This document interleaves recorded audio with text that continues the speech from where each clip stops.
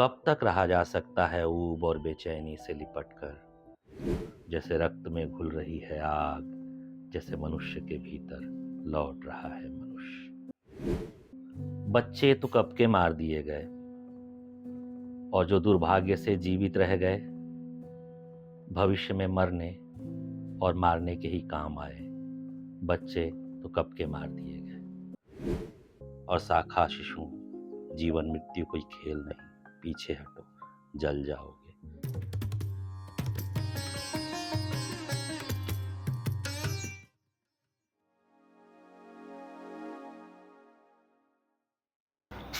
इस कविता का शीर्षक है सर्दियों का मौसम। जैसे खिड़की पर एक दिन लौट आती है चिड़िया, जैसे खिड़की पर एक दिन लौट आती है चिड़िया, जैसे बीज में लौटता है एक दिन बीज फूलों को याद करते हुए, वैसे ही लौट रहा है सर्दियों का मौसम। कोहरे के कंबल में ठिठुरता, स्मृतियों से लिपटा और उन्हीं की तरह धुंधला लौट रहा है सर्दियों का मौसम। कब तक रहा जा सकता है ऊब और बेचैनी से लिपट कर।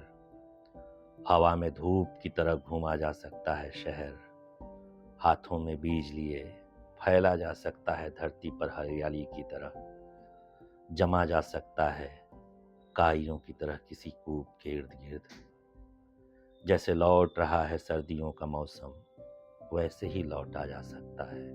जैसे खिड़की पर लौट रही है चिड़िया, जैसे स्मृतियों में उतर रही है धूप, जैसे रक्त में घुल रही है आग, जैसे मनुष्य के भीतर लौट रहा है मनुष्य।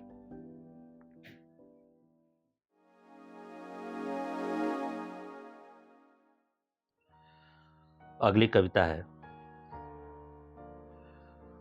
जिसका शीर्षक नहीं है।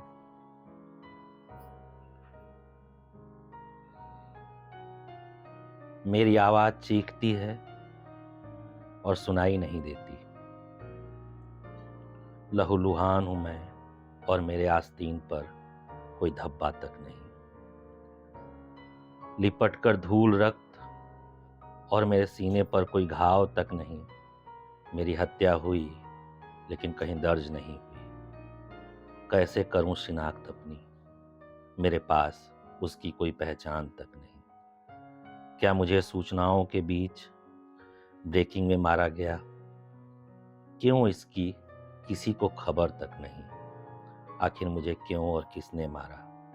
मैं तो तुम्हें ही पुकार रहा था, तुमने देखा नहीं शायद। मेरी आवाज चीखती है और सुनाई नहीं देती, लेकिन मैं पुकारता हूँ और टकरा कर वह लौटती दिखाई नहीं देती।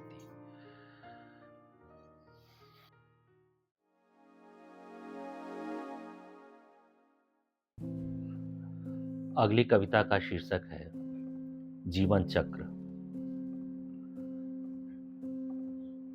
बच्चे तो कब के मार दिए गए, और जो दुर्भाग्य से जीवित रह गए भविष्य में मरने और मारने के ही काम आए। बच्चे तो कब के मार दिए गए। घुटनों पर चलते हुए वे जो भूख और व्याधियां लांग रहे थे, तब कोई भी नहीं था उनके पास, कोई भी नहीं। माएं काम पर गई थीं, उन्हें पालना था, और ईश्वर के पास कोई काम ही नहीं था, वह किसी को नहीं पाल सकता था। मैं नहीं करता भरोसा उतना लोरियों और प्रार्थनाओं पर जितना कि दवाइयों पर उसके लिए मुझे सरकार के भरोसे रहना था, और मुझे सरकार पर कोई भरोसा नहीं था। सरकार ईश्वर के भरोसे चुनकर आई थी।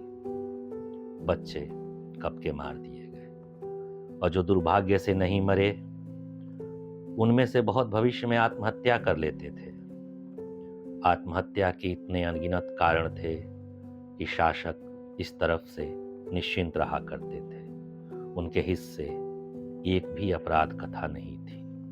बच्चे तो कब के मार दिए गए, और जो दुर्भाग्य से नहीं मरे हत्या के काम में लगा दिए गए। वह ईश्वर के लिए घूम घूम कर हत्याएं करते थे। वे इस हद तक जीवित थे कि सिर्फ मार सकते थे, और इस हद तक मुर्दा कि उस ईश्वर को हिसाब भी नहीं दे पाते कि आखिर उन्होंने इतने लोगों को क्यों मारा।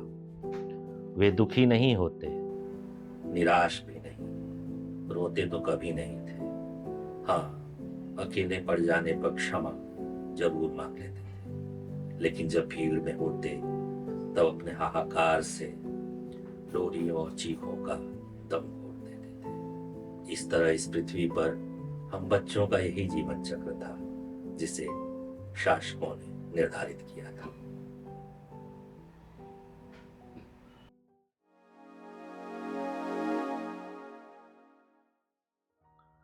कब से चल रहा हूं याद नहीं आता, अपने ही बनाए इस गहरे जंगल में, स्मृतियों की खोह में कब से भटक रहा हूं।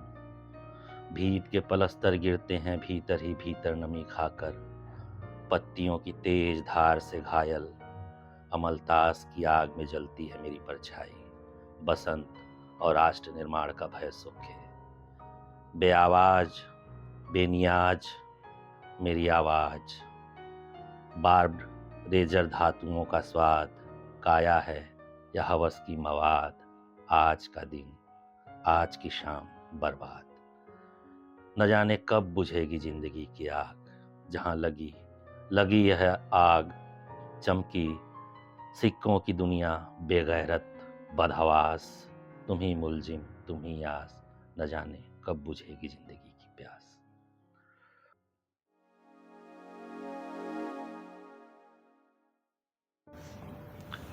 अगली कविता है, इसका भी शीर्षक नहीं है।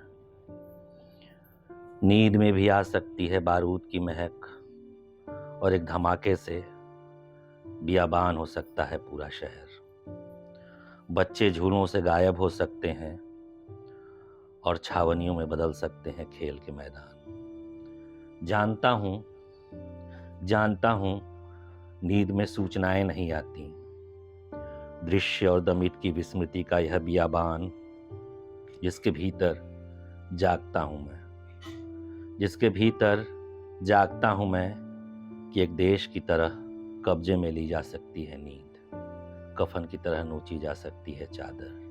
नींद के भीतर जागता हूं मैं कि प्रेमिकाएं आ सकती हैं नींद में, छोड़कर मलबों में अपनी देह, और बच्चे सरहद पार कर सकते हैं।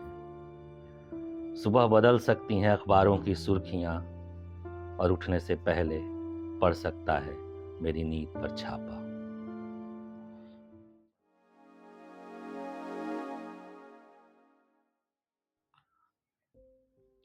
इस कविता का शीर्षक है चूमना। क्या वह इतना महान है कि अभी तक संदिग्ध नहीं हुआ? क्या वह इतना सहज है कि अभी तक द्वेष का कारण नहीं बना? क्या वह इतना आनंददायी है कि अभी तक इच्छाओं को मार नहीं सका? क्या वह अभी तक सिर्फ जल है, उसके आसपास कोई धधकती हुई आग नहीं? क्या मैं उसे चूम कर डूब सकता हूं जल की तरह भीतर मछलियों की पीड़ा जानने को? क्या मैं उसे एकांत का कलरव और अश्लीलों की लिप्सा एक साथ कह सकता हूं? क्या धरती पर उगी घास की तरह उसे मैं अपनी भाषा घोषित कर सकता हूं?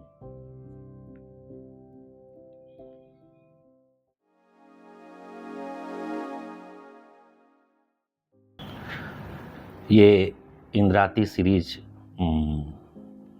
की कविता है। जब कोई ईश्वर नहीं था, गंगा और खोई हुई दिशाएं थी। वो बहती चली जा रही थी पूरब की ओर, मंद मंथर। हम भी उसके साथ बहते और बसते चले जा रहे थे। जैसे लगता था वो धरती पर लेटी है, किसी द्वीप के मुहाने पर झरने की तरह बाल खोले। फिर बहुत बाद मेरी इंद्राती एक दिन उसकी गोद में तुम्हारे साथ में खो गया। जब गंगा रेत में धंस चुकी थी, उसकी दिशा खो गई थी। हम गंगा के साथ साथ उसकी दिशा में चलने वाले लोग भटक गए। धूल और रेत के गुबार उठ रहे थे। दूर दूर तक कोई निशान नहीं दिखते थे। सिर्फ और सिर्फ सभ्यताओं के अवशेष, बल्लियां, आखेट के अस्त्र, चुका हुआ तीर आधी रेत में धंसे धूल और गुबार से फड़फड़ा रहे थे। आराधन का सफल मंत्र हू हू करता था, जैसे कोई अस्थि कलश से यात्रा गुजरती हो। न जाने धरती के किस कोने से गंगा की गर्भ में ढुलक आए, न जाने मनुष्यता के किस पौरुष का वीर्य, न जाने किस श्रम का मूल्य यह टूट गया नाल वह। फिर मेरी इंद्रावती गंगा की तरह तुम भी खो गई, न जाने किस सभ्यता की ढूह के भीतर। धूल और गुबार से फड़फड़ा रहा मेरा वस्त्र, मेरी आंख की इंद्रावती कहीं रेत में धंसती चली गई। मेरी अस्थियों का अवशेष चटकता है, न अन्न न जल, सिर्फ हू हू करती हुई रेत। मैं तुम्हें पुकारता हूँ, खोजता तुम्हें, कहाँ हो, कहाँ हो इंद्रावती, तुम कहाँ हो। दिशाओं को खोजते हुए लौटो, पर्वतों के सीने को चीरते हुए, मेरी पीड़ाओं को धूल और गुबार की तरह सतह पर सोखते हुए, किसी द्वीप के मुहाने पर झरने की तरह अपने बालों को खोलते हुए लौटो इंद्रावती। मेरे आराधन के मंत्र को अपनी आत्मा दो, उसे अपनी आँखों की एकाग्रता और विशालता दो। शेषों को स्वास्थ्य दो, अवशेषों को रक्त का संचार दो। मेरे श्रम को सुंदर जीवन की स्थापना दो। भूखे को भोजन दो, सूखे को प्राण दो।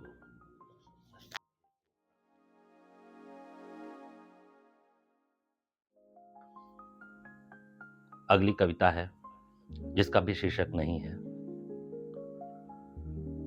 उसे इतनी बार लिखा गया था कि वह अपराध की पेशेवर प्राथमिकी होकर रह गई थी। उसे पढ़ते हुए हत्या का पता नहीं लगता था। वह किसी शाश्वत चिंता में डूबी हुई थी। उससे समय का कुछ भी पता नहीं मिलता था। क्या था हत्या का समय, और हत्यारा वहां मौजूद था भी कि नहीं, उसे पढ़ते हुए कहना बहुत मुश्किल था। वह शालीनता और भाषा की कोमलता के लिए इतनी बार संशोधित की गई थी कि मात्राएं किसी अदृश्य भय से कांप रही थी।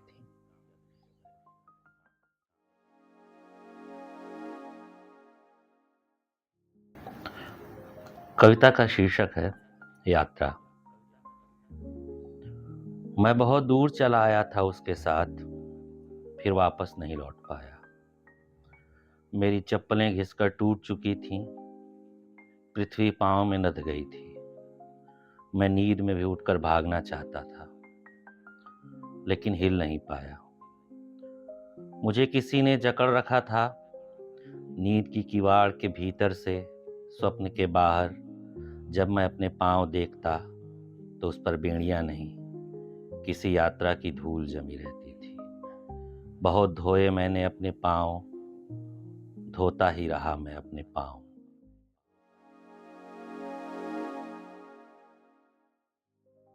दो सवारियां आते हुए रोज लौट जाती थीं, किवाड़ खुलकर बंद हो जाते। शाम इंजेक्शन से मेरी नसों में उर्वरक बिक्री केंद्र सहकारिता के पीछे भीतर उतर आती। मूत्रालय के भव के पास बैठ जाते और आंख कसैले में डूबी जीभ की तरह आसमान तले घूमती रहती, और चांद भिखारी के खाली कटोरे की तरह आसमान में लटक आते। वे खाली हैं। मुझे कहाँ लौटना है, किसके पास लौटना है, किसके साथ लौटना है और किस लिए लौटना है। मेरे पास किराया नहीं था। लौटने की जगहें बहुत थीं जो मेरे अजनबी होने से खाली हो रही थी।